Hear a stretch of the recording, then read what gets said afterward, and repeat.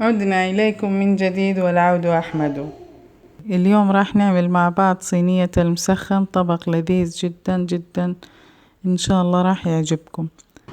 نشوف المقادير والطريقة مع بعض. بسم الله نبدأ. نرص حلقات البطاطس في الصينية،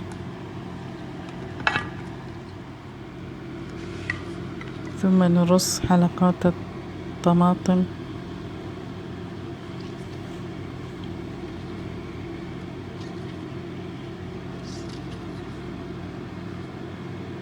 الحين راح نجهز خليط المسخن، عبارة عن بهارات وملح والسماق والزيت الزيتون.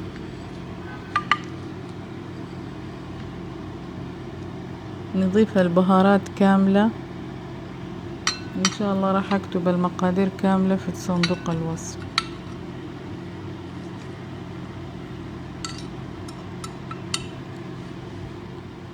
ونضيف السماق والزيت الزيتون.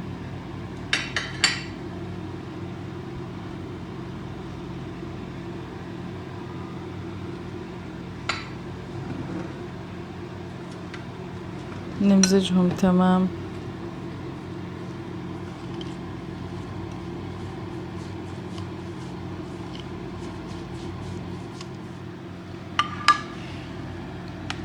في الطاسة نضيف حلقات البصل، ونضيف ملعقتين طعام من خليط المسخن،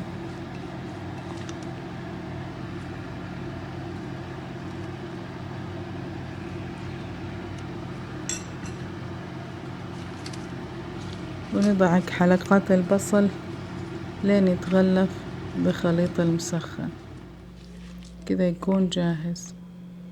نضيفهم في الصينية.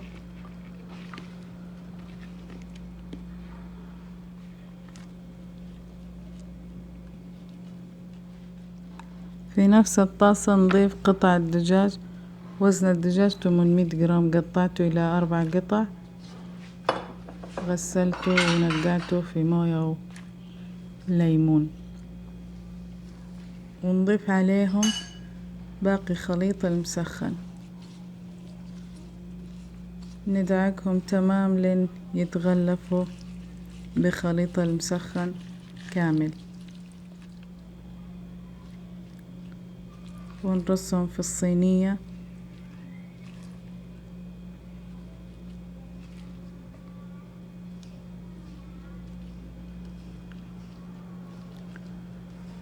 اختياري قرون فلفل حار. الحين راح نغلف الصينية بورق زبدة ثم ورق فويل، ونقفله تماما من كل الجوانب.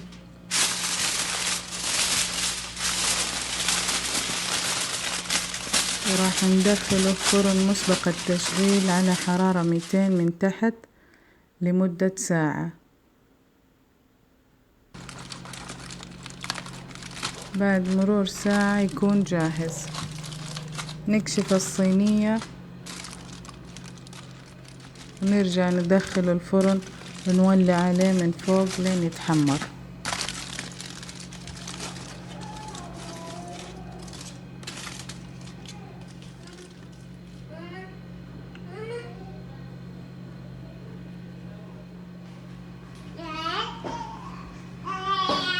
بعد ما حمرناه يكون جاهز للتقديم.